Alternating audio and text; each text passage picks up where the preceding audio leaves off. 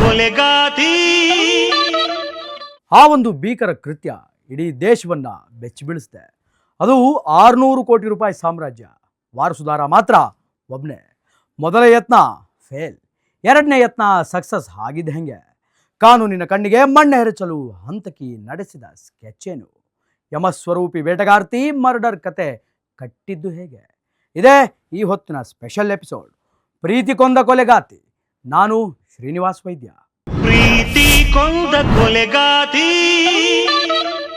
ಹಣ, ಪ್ರೀತಿ, ಮೋಹ, ದುರಾಸೆ ಮತ್ತು ದ್ರೋಹ. ಹೌದು ಸ್ನೇಹಿತರೆ, ಇವೆಲ್ಲವನ್ನ ಸೇರಿಸಿದರೆ ಎಂತಹದ್ದೇ ರಕ್ತ ಚರಿತ್ರೆಯನ್ನು ಕೂಡ ನಾವು ಸೃಷ್ಟಿ ಮಾಡಬಹುದು ಅನ್ನೋದಕ್ಕೆ ಈ ಪುಣೆಯ ಶ್ರೀಮಂತ ಯುವಕನ ಕೊಲೆ ಸಾಕ್ಷಿಯಾಗಿದೆ. ಎಸ್, ಇದು ನಮ್ಮ ದೇಶ ಕಂಡ ಭೀಕರ ಕೊಲೆ. ಅದು ಬರೋಬ್ಬರಿ 600 ಕೋಟಿ ರೂಪಾಯಿಯ ಸಾಮ್ರಾಜ್ಯ. ಆ ಸಾಮ್ರಾಜ್ಯಕ್ಕೆ ಅವನೇ ಏಕೈಕ ವಾರಸ್ದಾರ. ಆತನ ಮದುವೆಯಾಗಿ ಆ ಕೋಟೆಗೆ ಮಹಾರಾಣಿಯಾಗಬೇಕಾಗಿದ್ದವಳು ಆಕೆಯೇ. ಅದರ ವಿಧಿಯ ಆಟ ಬೇರೆಯಾಗಿತ್ತು. ಮದುವೆಯ ಮಂಟಪ ಏರಬೇಕಿದ್ದವಳು ಆ ವಂಶದ ಕುಡಿಯನ್ನೇ ಸ್ಮಶಾನಕ್ಕೆ ಕಳಿಸಿದ್ಳು. ಈಗ 600 ಕೋಟಿ ಸಾಮ್ರಾಜ್ಯ ರಕ್ತ ಕಣ್ಣೀರನ್ನ ಸುರಿಸ್ತಾ ಇದೆ. ದೇಶವನ್ನೇ ಬೆಚ್ಚಿ ಬೀಳಿಸಿದ ಆ ಕೋಟಿ ಮರ್ಡರ್ ಹಿಂದೆ ಕರಾಳ ಸತ್ಯ ಒಂದು ಅಡಗಿದೆ. ಅದೇನು? ಈ ಇಡೀ ರಹಸ್ಯವನ್ನ ಎಳೆ ಎಳೆಯಾಗಿ ಬಿಚ್ಚಿಡ್ತೀವಿ ಈ ಸ್ಪೆಷಲ್ ಎಪಿಸೋಡಲ್ಲಿ. ಇಡೀ ದೇಶವನ್ನೇ ಬೆಚ್ಚಿ ಬೀಳಿಸಿದೆ ಆ ಒಂದು ಭೀಕರ ಕೃತ್ಯ. ಅದು 600 ಕೋಟಿ ಸಾಮ್ರಾಜ್ಯ. ವಾರಸುದಾರನೊಬ್ಬನೇ. ಮೊದಲ ಯತ್ನ ವಿಫಲ, ಎರಡನೇ ಯತ್ನ ಸಕ್ಸಸ್ ಆಗಿದ್ದೇಗೆ? ಕಾನೂನಿನ ಕಣ್ಣಿಗೆ ಮಣ್ಣೆರಚಲು ಹಂತಕಿ ನಡೆಸಿದ ಸ್ಕೆಚ್. ಯಮಸ್ವರೂಪಿ ಬೇಟೆಗಾರತಿ ಮರ್ಡರ್ ಕತೆ ಕಟ್ಟಿದ್ದು ಹೇಗೆ?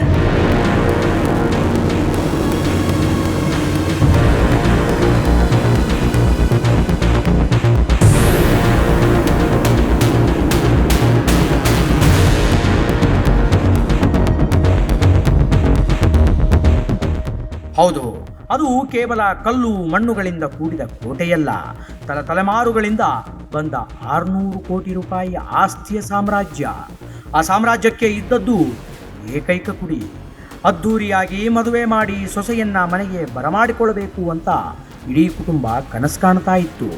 ಆದರೆ ಆ ಮನೆಗೆ ಸೊಸೆಯಾಗಿ ಬರಬೇಕಿದ್ದವಳ ಮನಸ್ಸಿನಲ್ಲಿ ಬೇರೆ ಮೋಹ ಅನ್ನೋ ಹಾವೊಂದು ಎಡೆ ಎತ್ತಿ ನಿಂತಿತ್ತು. ಆರಂಭದಲ್ಲಿ ಅದು ಕೇವಲ ಪ್ರೀತಿಯ ನಾಟಕವಾಗಿತ್ತು. ವಿಧಿಯ ಆಟ ಬಲ್ಲೋರ್ಯಾರು ಸ್ವಾಮಿ. ಜನ್ಮ ಜನ್ಮಗಳ ಅನುಬಂಧವಾಗಬೇಕಾಗಿದ್ದಂತಹ ಮದುವೆಯ ಬಂಧ 400 ಅಡಿ ಆಳದ ಕಂದಕದಲ್ಲಿ ರಕ್ತ ಸಿಕ್ತವಾಗಿ ಕೊನೆಯಾಗುತ್ತೆ ಅಂತ ಆ ದುರ್ದೈವಿ ಕನಸಿನಲ್ಲಿಯೂ ಕೂಡ ಯೋಚನೆ ಮಾಡಿರಲಿಲ್ಲ. 600 ಕೋಟಿ ಸಾಮ್ರಾಜ್ಯಕ್ಕೆ ಆತ ಒಬ್ಬನೇ ರಾಜಕುಮಾರ.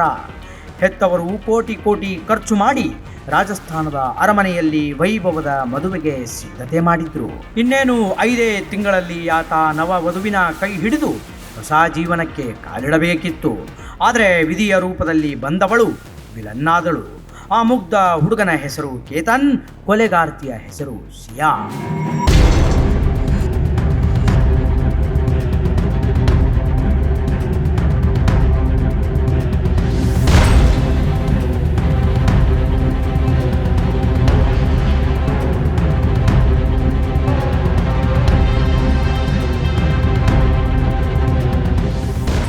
ಹೌದು, ಬಾಳ ಸಂಗಾತಿಯಾಗಬೇಕಿದ್ದವನನ್ನೇ ಪ್ರಪಾತಕ್ಕೆ ತಳ್ಳಿ ಆಕ್ಸಿಡೆಂಟ್ ಅಂತ ಕತೆ ಕಟ್ಟಿದ ಆ ಹಂತಕಿಯೇ ಸಿಯಾ.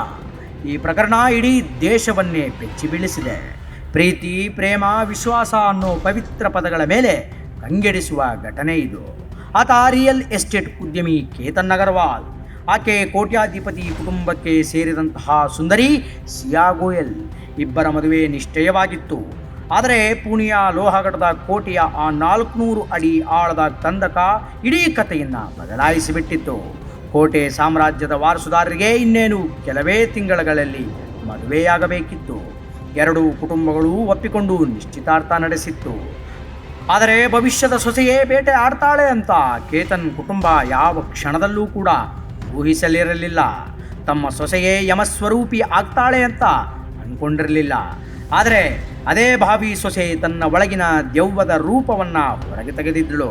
ಪ್ರೀತಿಯಿಂದ ಮಾತನಾಡುತ್ತಲೇ ಆ ವಂಶದ ಕುಡಿಯನ್ನ ಒಂಟಿ ಜಾಗಕ್ಕೆ ಕರೆಸಿಕೊಂಡಿದ್ದಳು.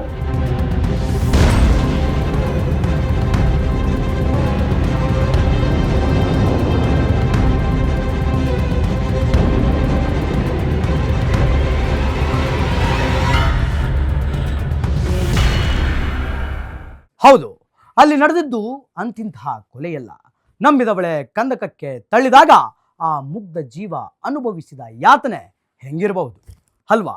ಯಾಕೆ ಹೀಗೆ ಮಾಡ್ತಾ ಇದೀಯಾ ಅಂತ ಕೇಳೋದಕ್ಕೂ ಕೂಡ ಸಮಯ ನೀಡಲಿಲ್ಲ ಆಕೆಯ ಕ್ರೌರ್ಯ. ಆ ಭವ್ಯ ಕೋಟೆಯ ವಂಶದ ಕುಡಿಯನ್ನ ಕತ್ತಲಲ್ಲೇ ಮಣ್ಣು ಮಾಡಲಾಗಿತ್ತು. ಆ ಬಗ್ಗೆ ನೋಡೋಣ ಬನ್ನಿ.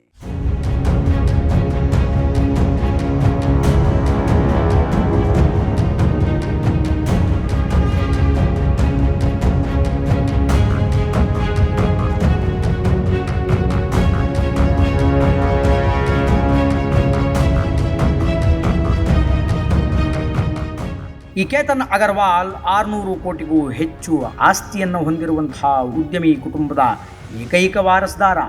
ತಂದೆ ತಾಯಿಗೆ ಈತನೇ ಸಂಪೂರ್ಣ ಸರ್ವಸ್ವ. ಮಗನಿಗೆ ತಕ್ಕ ಜೋಡಿಯನ್ನು ಹುಡುಕಬೇಕು ಅಂತ ಹರಸಿ ಹೋದಾಗ ಸಿಕ್ಕಿದ್ದೇ ಈ ಸಿಯಾ ಗೋಯಲ್. ಸಿಯಾ ಕುಟುಂಬ ಕೂಡ ಅಷ್ಟೇ ಶ್ರೀಮಂತವಾಗಿತ್ತು. ಮನೆಯವರೆಲ್ಲ ಕುಳಿತು ಮದುವೆ ಮಾಡಬೇಕು ಅಂತ ಮಾತುಕತೆಯಾಡಿದ್ರು. ಇಬ್ಬರಿಗೂ ಪರಸ್ಪರ ಇಷ್ಟ ಅಂತಲೇ ಎಲ್ಲರೂ ಕೂಡ ಅಂದ್ಕೊಂಡಿದ್ರು. ರಾಜಸ್ಥಾನದ ಭವ್ಯ ಮನೆಯಲ್ಲಿ ಮದುವೆಗೆ ದಿನಾಂಕ ಕೂಡ ಫಿಕ್ಸ್ ಆಗಿತ್ತು. ಆದರೆ ಸಿಯಾ ಮನಸ್ಸಿನಲ್ಲಿ ಬೇರೆದ್ದೇ ಜ್ವಾಲಾಮುಖಿ ಹತ್ತಿ ಉರಿತಾ ಇತ್ತು. ಆಕೆ ಬೇರೊಬ್ಬರನ್ನ ಪ್ರಾಣಕ್ಕಿಂತ ಹೆಚ್ಚಾಗಿ ಪ್ರೀತಿ ಮಾಡ್ತಾ ಇದ್ಲು. ಮನೆಯವರ ಒತ್ತಾಯಕ್ಕೋ ಅಥವಾ ಆಸ್ತಿಯ ಆಸೆಗೋ ಕೇತನನ್ನ ಮದುವೆಯಾಗಲು ಒಪ್ಪಿಕೊಂಡಿದ್ದಳು ಈ ಮಾಯಾವಿ. ಒಳಗೆ ಮಾತ್ರ ಕೇತನನ್ನ ಮುಗಿಸಲು ಸ್ಕೆಚ್ ಹಾಕ್ತಾ ಇದ್ಲು. ಪ್ರೀತಿಗಾಗಿ ತಾನು ಕೈ ಹಿಡಿದು ಸಂಸಾರ ಮಾಡಬೇಕಾಗಿದ್ದಂತಹ ಬಾವಿ ಪತಿಯನ್ನೇ ಕೊಲ್ತಾಳೆ ಅಂತ ಯಾರೂ ಕೂಡ ಊಹಿಸಿರಲಿಲ್ಲ.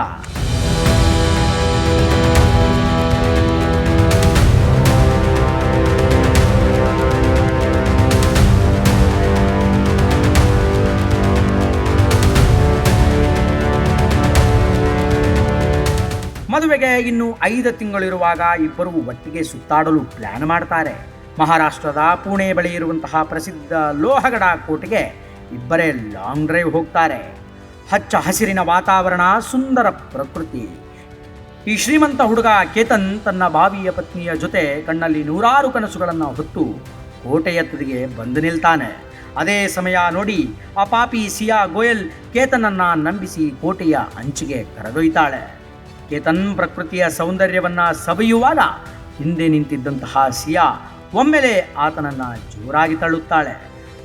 400 ಅಡಿ ಆಳದ ಕಪ್ಪನೆಯ ಕಂದಕಕ್ಕೆ ಕೇತನ್ ಬಿದ್ದು ಜೀವ ಬಿಡ್ತಾನೆ. ಪ್ರೀತಿಯ ಕನಸನ್ನ ಕಾಣುತ್ತಿದ್ದಂತಹ ಕೇತನ್ನ ಕಣ್ಣುಗಳು ಕತ್ತಲಾಗುತ್ತವೆ.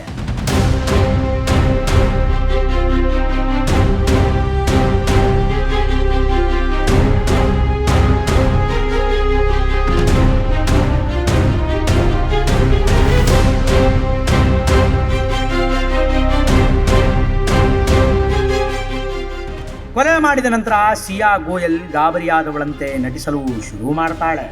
ಜೋರಾಗಿ ಅಳುತ್ತಾ ಬೊಬ್ಬೆ ಹೊಡೆಯುತ್ತಾ ಜನರನ್ನ ಸೇರಿಸ್ತಾಳೆ. ಅಯ್ಯೋ, ನನ್ನ ಭಾವಿ ಪತಿ ಸೆಲ್ಫಿ ತೆಗೆದುಕೊಳ್ಳೋದಕ್ಕೆ ಹೋಗಿ ಕಾಲು ಜಾರಿ ಬಿದ್ದುಬಿಟ್ರು, ಇದು ಆಕ್ಸಿಡೆಂಟ್ ಅಂತ ಕಣ್ಣೀರನ್ನ ಹಾಕ್ತಾ ಕತೆ ಕಟ್ತಾಳೆ. ಮೇಲ್ನೋಟಕ್ಕೆ ಇದೊಂದು ಅಪಘಾತದಂತೆ ಕಂಡರೂ ಕೂಡ ಕೇತನ್ ಪೋಷಕರಿಗೆ ಮಗನ ಸಾವಿನ ಮೇಲೆ ತೀವ್ರ ಅನುಮಾನವಿತ್ತು. ಕೇತನ್ ಅಷ್ಟೊಂದು ಬೇಜವಾಬ್ದಾರಿಯಿಂದ ಕಾಲು ಜಾರುವವನಲ್ಲ ಅನ್ನೋದು ಅವರ ವಾದವಾಗಿತ್ತು. ತನಿಖೆ ಆರಂಭ ಮಾಡಿದಂತಹ ಪೊಲೀಸರಿಗೆ ಸಿಯಾ ಗೋಯಲ್ ವರ್ತನೆಯಲ್ಲಿ ಕೆಲ ಸಂಶಯಗಳು ಕಾಣಿಸ್ತಾ ಇದ್ದವು. ಆದರೆ ಯಾವುದೇ ಪ್ರತ್ಯಕ್ಷದರ್ಶಿಗಳಿಲ್ಲದ ಕಾರಣ ಆ ಜಾಗದಲ್ಲಿ ಸಿಯಾಳನ್ನ ಅಪರಾಧಿ ಅಂತ ಪ್ರೂವ್ ಮಾಡೋದು ಹೇಗೆ?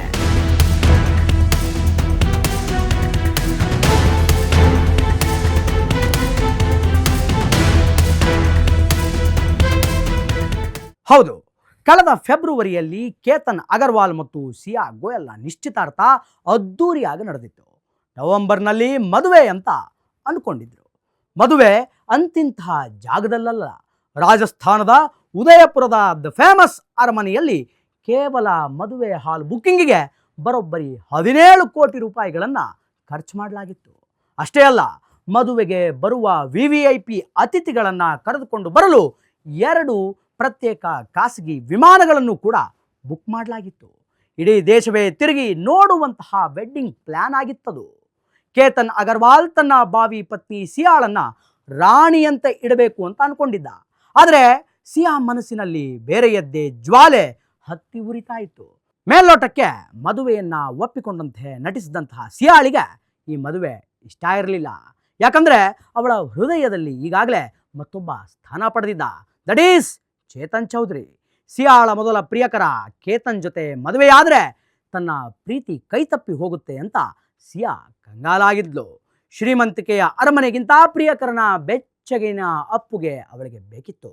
ಮುಂದೇನಾಯ್ತು ನೋಡೋಣ ಬನ್ನಿ.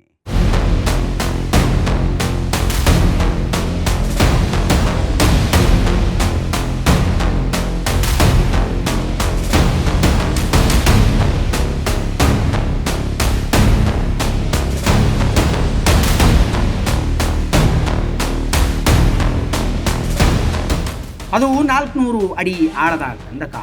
ಅಲ್ಲಿಂದ ಕೆಳಗಡೆ ನೋಡಿದರೆ ಮೈ ನಡುಗುತ್ತೆ. ಅಂತಹ ಕತ್ತಲೆಯ ಪ್ರಪಾತಕ್ಕೆ ತಳ್ಳಿಯೇ ಬಿಟ್ಟಿದ್ದಳು. ಉಸಿರಾಗಬೇಕಿದ್ದವನನ್ನೇ ಹೆಣ ಮಾಡಿದ್ಲು ಆ ಹೆಣ್ಣು. 17 ಕೋಟಿ ರೂಪಾಯಿಯ ಅರಮನೆಯ ಮದುವೆ, ಪ್ರೈವೇಟ್ ಜೆಟ್ಗಳ ವೈಭೋಗ, ಇವೆಲ್ಲವನ್ನ ಕಾಲಿನಿಂದ ಒದ್ದು ಪ್ರಿಯಕರನ ಜೊತೆ ಸೇರಿ ಭಾವಿ ಪತಿಯನ್ನೇ ಮುಗಿಸಿಬಿಟ್ಲು ಆ ಕ್ರೂರಿ. ಹೌದು, ಮದುವೆ ನಿಲ್ಲಿಸಬಹುದಿತ್ತು, ಆದರೆ ಅದರ ಬಗ್ಗೆ ಯೋಚನೆ ಕೂಡ ಮಾಡಲಿಲ್ಲ. ಭಾವಿ ಪತಿ ಕೇತನ್ನನ್ನು ಮುಗಿಸೋದಕ್ಕೆ ಮಾತ್ರ ಸ್ಕೆಚ್ ಹಾಕಿದ್ದಳು. ಪ್ರಿಯಕರ ಚೇತನ್ ಜೊತೆಗೂಡಿ ಭೀಕರ ಸ್ಕೆಚ್ ಒಂದನ್ನು ರೆಡಿ ಮಾಡಿದ್ದಳು. ತನಗೆ ಸಿಗದ ಕೇತನ್ ಇನ್ಯಾರಿಗೂ ಸಿಗಬಾರದು, ಆತನ ಆಸ್ತಿಯೂ ಬೇಡ, ಪ್ರಾಣವೇ ಹೋಗಬೇಕು ಅಂತ ನಿರ್ಧಾರ ಮಾಡಿದ್ದಳು.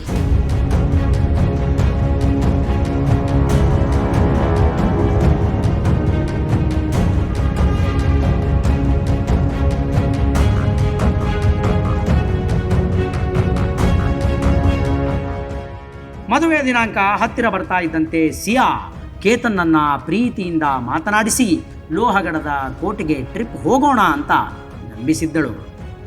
ಭಾವಿ ಪತ್ನಿಯ ಮಾತನ್ನು ಕೇಳಿ ಕೇತನ್ ಖುಷಿಯಿಂದಲೇ ಹೊರಟಿದ್ದ.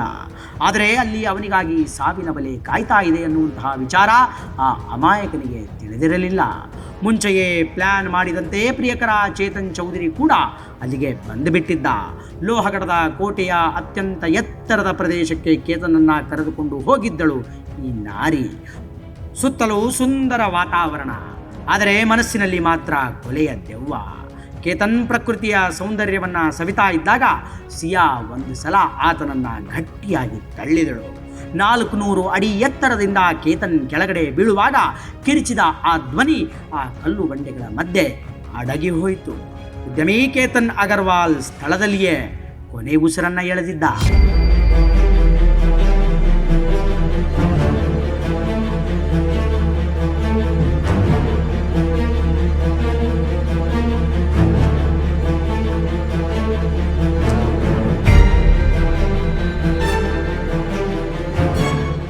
ಜೂನ್ 18, ಮಹಾರಾಷ್ಟ್ರದ ಲೋಹಗಡದ ಕೋಟೆ.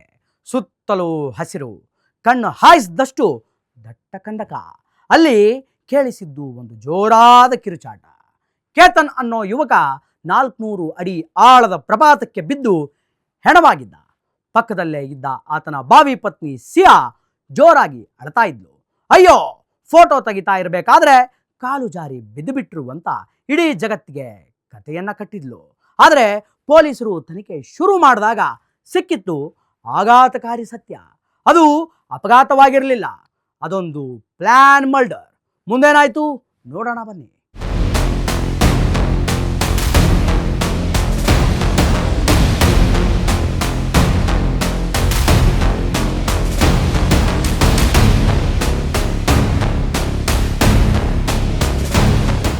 ಈ ಪ್ರೀತಿ, ಪ್ರೇಮ, ಪ್ರಳಯ ಇವುಗಳು ಏನು ಬೇಕಾದರೂ ಮಾಡುತ್ತವೆ. ಅದೇ ರೀತಿ ಕೇತನ್ ಪ್ರೀತಿಸಿದವರಿಗಾಗಿ ಇಡೀ ಜಗತ್ತನ್ನೇ ಗೆದ್ದುಕೊಂಡು ಬರುವುದಕ್ಕೆ ಸಿದ್ಧನಾಗಿದ್ದ. ಆಕೆಯ ಪ್ರತಿ ನಗುವಿನಲ್ಲೂ ಕೂಡ ತನ್ನ ಭವಿಷ್ಯವನ್ನು ಕಂಡುಕೊಳ್ತಾ ಇದ್ದ. ಜೂನ್ 19 ಆಕೆಯ ಹುಟ್ಟಿದಬ್ಬ ಇತ್ತು. ಆ ಸಂಭ್ರಮವನ್ನು ಹಬ್ಬದಂತೆ ಆಚರಣೆ ಮಾಡಲು ತಿಂಗಳುಗಳ ಮುಂಚೆ ಕೌಂಟ್ಡೌನನ್ನು ಶುರು ಮಾಡಿದ್ದ ಕೇತನ್. ದಿನಕ್ಕೊಂದು ಸರ್ಪ್ರೈಸ್ ಕೊಟ್ಟು ಆಕೆಯನ್ನು ಸಂತೋಷದ ಕಡಲಲ್ಲಿ ತೇಲಿಸ್ತಿದ್ದ. ಆದರೆ ಆತನಿಗೆ ಗೊತ್ತಿರಲಿಲ್ಲ, ತಾನು ಪ್ರಾಣಕ್ಕಿಂತ ಹೆಚ್ಚಾಗಿ ಪ್ರೀತಿಸುತ್ತಿದ್ದ ಆಕೆ ತನಗಾಗಿ ಜನ್ಮದಿನದ ಗಿಫ್ಟನ್ನು ರೆಡಿ ಮಾಡ್ತಾ ಇಲ್ಲ, ಬದಲಿಗೆ ಸಾವಿನ ಮರಣ ಶಾಸನವನ್ನು ಬರಿತಾ ಇದ್ದಾಳೆ ಅಂತ. ಹೌದು, ಬರ್ತ್ಡೇ ಪಾರ್ಟಿ ಮುಗಿಸುವ ಮುಂಚೆ ಅಲ್ಲಿ ಮತ್ತೊಂದು ಘೋರ ಅಧ್ಯಾಯ ಫಿಕ್ಸ್ ಆಗಿತ್ತು. ಹೂವಿನ ಹಾಸಿಗೆ ಆಗಬೇಕಿದ್ದಂತಹ ಆ ಪ್ರೇಮ ಕತೆ ಮಸಣದ ಹಾದಿ ಹಿಡಿಯಿತು.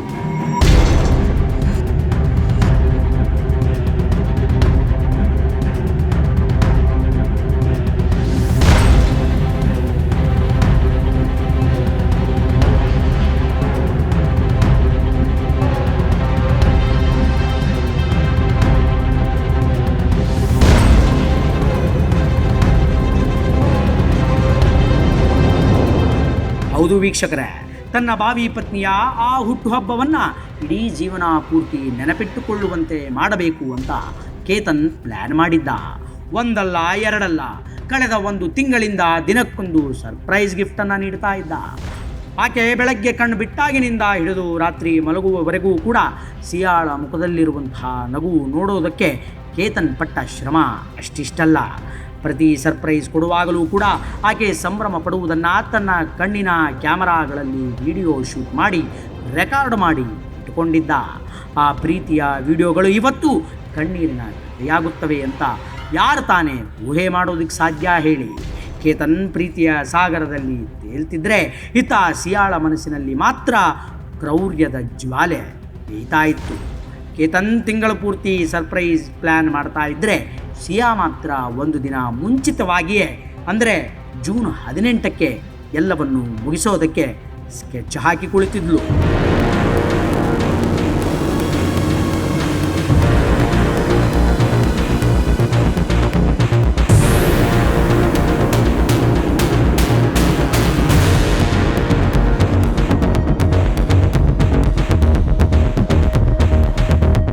ಪಾಪ ಕಣ್ರಿ, ಆ ಹುಡುಗ ಕೇತನ್ ಕೊಟ್ಟಂತಹ ಗಿಫ್ಟ್ಗಳನ್ನು ನೋಡಿ ನಗ್ತಾ ಇದ್ದಂತಹ ಮುಖದ ಹಿಂದೆ ರಾಕ್ಷಸಿಯ ಮತ್ತೊಂದು ಮುಖ ಇದೆ ಎನ್ನುವಂತಹ ವಿಚಾರ ಅವನಿಗೆ ಗೊತ್ತಾಗಲಿಲ್ಲ. ಕೇತನ್ ಕಣ್ಣಲ್ಲಿ ಪ್ರೀತಿಯ ಕನಸಿತ್ತು, ಆದರೆ ಸಿಯಾಳ ಕಣ್ಣಲ್ಲಿ ಆತನ ಸಾವಿನ ರೇಖೆಗಳು ಕಾಣಿಸ್ತಾ ಇತ್ತು. ಕೇತನ್ ಬರ್ತ್ಡೇ ಆಚರಿಸೋದಕ್ಕೆ ಕಾಯ್ತಾ ಇದ್ದ, ಆದರೆ ಸಿಯಾ ಆತನ ಡೆತ್ ಡೇ ದಿನಾಂಕವನ್ನು ಆಲ್ರೆಡಿ ಫಿಕ್ಸ್ ಮಾಡಿಬಿಟ್ಟಿದ್ಲು. ಕೇತನ್ ಅರ್ಧೂರಿ ಬರ್ತ್ಡೇ ಪಾರ್ಟಿಯ ಕನಸನ್ನು ಕಾಣುತ್ತಾ ಸಿಯಾಳ ಬಳಿ ಬಂದಿದ್ದ, ಆದರೆ ಸಿಯಾ ಮಾತ್ರ ಆತನ ನಂಬಿಕೆಗೆ ದ್ರೋಹದ ಚೂರಿ ಹಾಕಲು ಸಿದ್ಧವಾಗಿ ಬಿಟ್ಟಿದ್ಲು. ನಂಬಿಸಿ ಕುತ್ತಿಗೆ ಕೊಯ್ಯೋದು ಅಂದರೆ ಇದೇ ಇರಬೇಕು. ಕೇತನ್ ಸಿಯಾಳಿಗಾಗಿ ಜೀವ ಕೊಡಲು ಸಿದ್ಧನಾಗಿದ್ದ, ಆದರೆ ಸಿಯಾ ಆತನ ಜೀವನವನ್ನೇ ಅರಗಿಸಿಕೊಳ್ಳಲು ಮುಂದಾಗಿದ್ದಳು. ಪ್ರೀತಿಯ ಹೆಸರಲ್ಲಿ ನಡೆದ ಈ ಹತ್ಯಾಕಾಂಡ ಇಡೀ ಸಮಾಜವನ್ನು ತಲೆ ತಗ್ಗಿಸುವಂತೆ ಮಾಡಿದೆ. ಕೇತನ್ ನಿಷ್ಕಲ್ಮಶದ ಪ್ರೀತಿಗೆ ಸಿಕ್ಕ ಪ್ರತಿಫಲ ಸಾವ. ಸಿಯಾಳ ಈ ಮರಣ ಶಾಸನದ ಹಿಂದಿರುವ ಆ 3ನೇ ವ್ಯಕ್ತಿ ಯಾರು?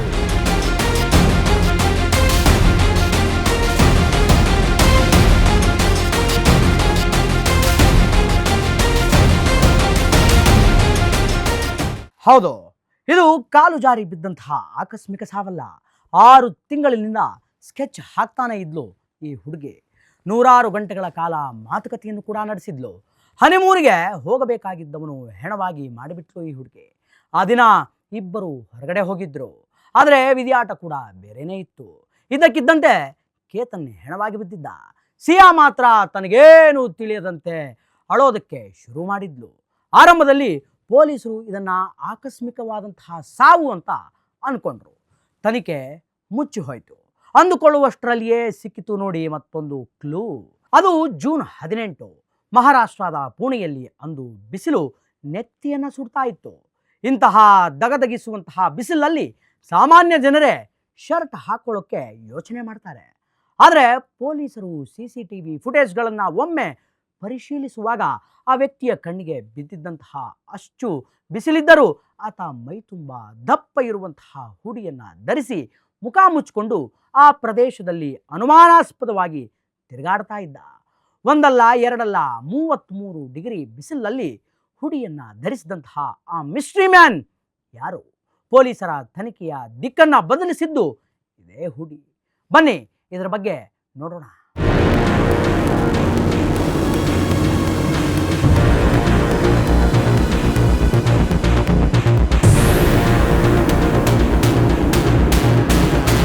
ಒಂದು ಕಡೆ ಕುಟುಂಬದವರು ಜೂನ್ 6ಕ್ಕೆ ಇವರಿಬ್ಬರನ್ನ ಫೋಟೋ ಶೂಟ್ ಮತ್ತು ಪ್ರವಾಸಕ್ಕಾಗಿ ಇಂಡೋನೇಷ್ಯಾದ ಬಾಲಿಗೆ ಕಳಿಸಲು ಸಕಲ ಸಿದ್ಧತೆಯನ್ನು ಮಾಡಿಕೊಂಡಿದ್ದರು.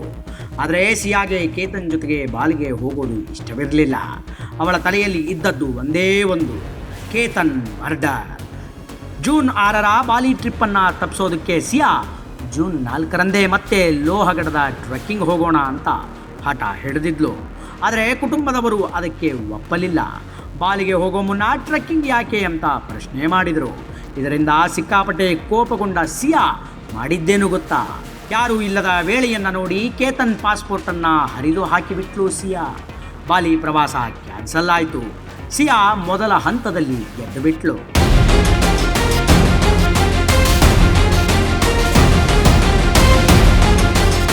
ಮತ್ತೆ ಕೇತನನ್ನು ನಂಬಿಸಿ ಕೋಟೆಗೆ ಕರೆದುಕೊಂಡು ಹೋದ್ಲು ಸಿಯಾ. ಈ ಬಾರಿ ಅವಳ ಪ್ಲ್ಯಾನ್ ತುಂಬ ವಿಚಿತ್ರವಾಗಿತ್ತು ಮತ್ತು ಕ್ರೂರವಾಗಿತ್ತು. ಕೋಟೆಯ ತುದಿಯಲ್ಲಿ ಇಬ್ಬರು ನಿಂತಿದ್ದಾಗ ಸಿಯಾ ಸಡನ್ನಾಗಿ ಹಾವು ಹಾವು ಅಂತ ಚಾಡಿದ್ಲು. ಭಯಪಟ್ಟವರಂತೆ ನಟಿಸಿ ಕೇತನನ್ನು ಗಟ್ಟಿಯಾಗಿ ತಪ್ಪಿಕೊಂಡಳು ಸಿಯಾ. ತಪ್ಪಿಕೊಳ್ಳುವ ನೆಪದಲ್ಲಿ ಆತನನ್ನು ಜೋರಾಗಿ ಕಂದಕಕ್ಕೆ ನೂಕುವುದು ಅವಳ ಪ್ಲ್ಯಾನ್ ಆಗಿತ್ತು. ಆದರೆ ಆ ಬಾರಿಯೂ ಕೂಡ ಕೇತನ್ ಬ್ಯಾಲೆನ್ಸ್ ತಪ್ಪಲಿಲ್ಲ. ಸಿಯಾಳ ಈ ಆ್ಯಕ್ಟಿಂಗ್ ಮತ್ತು ಪ್ಲ್ಯಾನ್ ಎರಡೂ ಕೂಡ ವಿಫಲವಾಯಿತು. ಸತತ ಸೋಲುಗಳಿಂದ ಸಿಯಾಳ ಮನಸ್ಸಿನಲ್ಲಿ ಕೊಲೆಯ ಮದ ಮತ್ತಷ್ಟು ಏರಿತ್ತು. ಕೊನೆಗೆ ಬಂದೇ ಬಿಡ್ತು ನೋಡ್ರಿ ಆ ಕರಾಳ ದಿನ, ಜೂನ್ 18. ಸಿಯಾ ಈ ಬಾರಿ ಯಾವುದೇ ತಪ್ಪು ಮಾಡಬಾರದು ಅಂತ ನಿರ್ಧಾರ ಮಾಡಿಕೊಂಡಿದ್ಲು.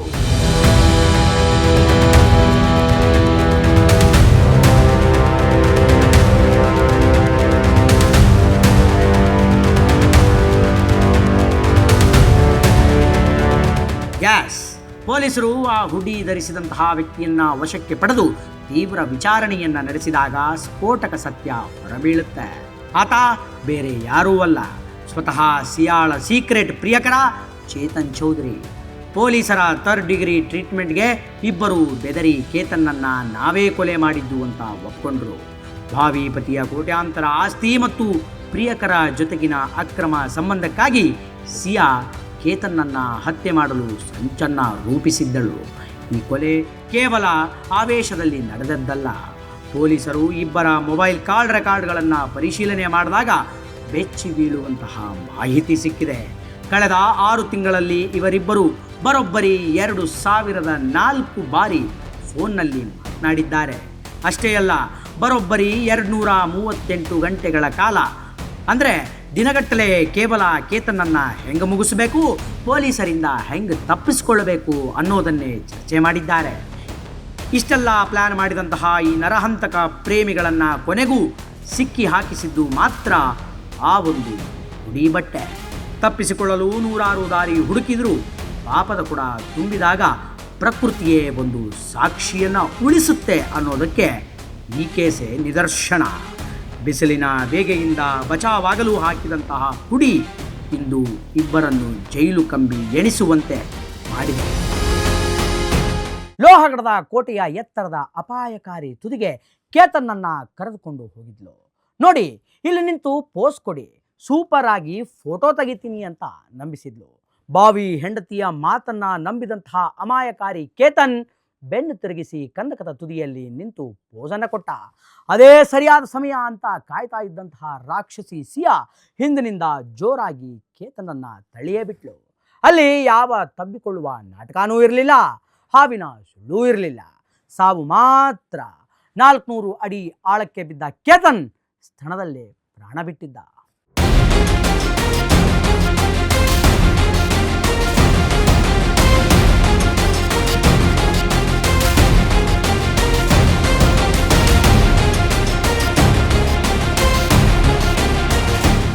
ಸಿಯಾ ಗೋಯಲ್ ಮತ್ತು ಚೇತನ್ ಚೌಧರಿ ಅವರ ಮೊಬೈಲ್ಗಳನ್ನು ಪರಿಶೀಲನೆ ಮಾಡಿದಾಗ ಇವರಿಬ್ಬರ ನಡುವಿನ ಕೊನೆಯ ಕರೆ ಈಗ ಪ್ರಕರಣದ ಪ್ರಮುಖ ಡಿಜಿಟಲ್ ಸಾಕ್ಷಿಯಾಗಿ ಪರಿಗಣಿಸಲಾಗಿದೆ.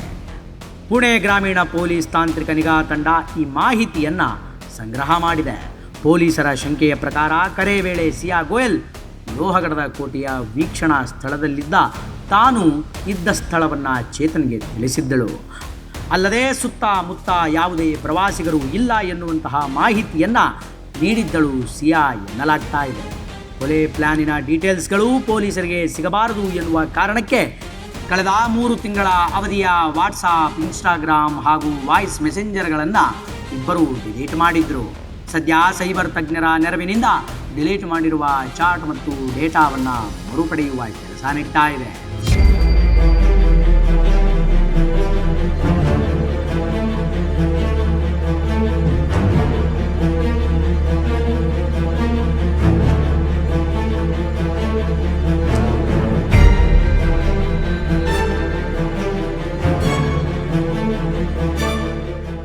ಮೊದಲ ಪ್ರಯತ್ನ ಫೇಲ್ ಆದ ಬಳಿಕ ಮತ್ತೆ ಅದೇ ತಪ್ಪು ಆಗಬಾರದು ಅಂತ, ಯಾವುದೇ ಕಾರಣಕ್ಕೂ ಕೂಡ ಈ ಸಲ ಕೇತನ್ ತಪ್ಪಿಸಿಕೊಳ್ಳಬಾರದು ಅಂತ ಚೇತನ್ ಚೌಧರಿ ಕೋಟೆಯವರೆಗೂ ಹಿಂಬಾಲಿಸಿಕೊಂಡು ಬಂದಿದ್ದ ಅಂತ ಪೊಲೀಸರು ಆರೋಪಿಸಿದ್ದಾರೆ. ಸಿಯಾ ಗೋಯಲ್ ಅವರ ಸಹೋದರ ನೀಡಿದಂತಹ ಹೇಳಿಕೆಯ ಪ್ರಕಾರ ಸಿಯಾ ಮೊದಲು ಚೇತನ್ನನ್ನು ಕ್ರಿಕೆಟ್ ಪಂದ್ಯವೊಂದರಲ್ಲಿ ಭೇಟಿಯಾಗಿದ್ದಳು.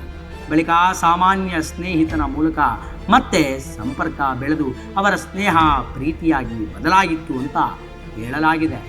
ಈ ಪ್ರಕರಣದ ತನಿಖೆ ಮುಂದುವರೆದಿದ್ದು ಡಿಜಿಟಲ್ ಸಾಕ್ಷಿಗಳ ಪರಿಶೀಲನೆಗೆ ಪೊಲೀಸರು ಹೆಚ್ಚು ಒತ್ತನ್ನು ನೀಡ್ತಾ ಇದ್ದಾರೆ.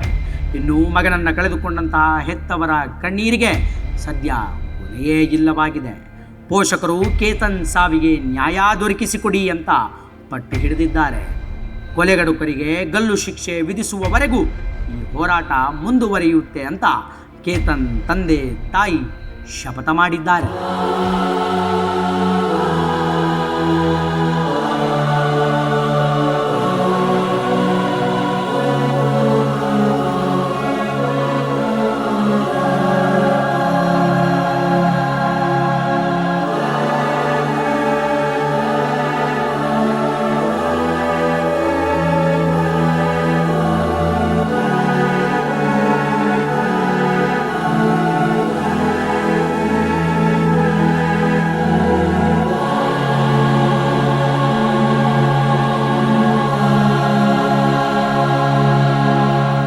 ಇದು ಈ ಹೊತ್ತಿನ ಸ್ಪೆಷಲ್ ಎಪಿಸೋಡ್.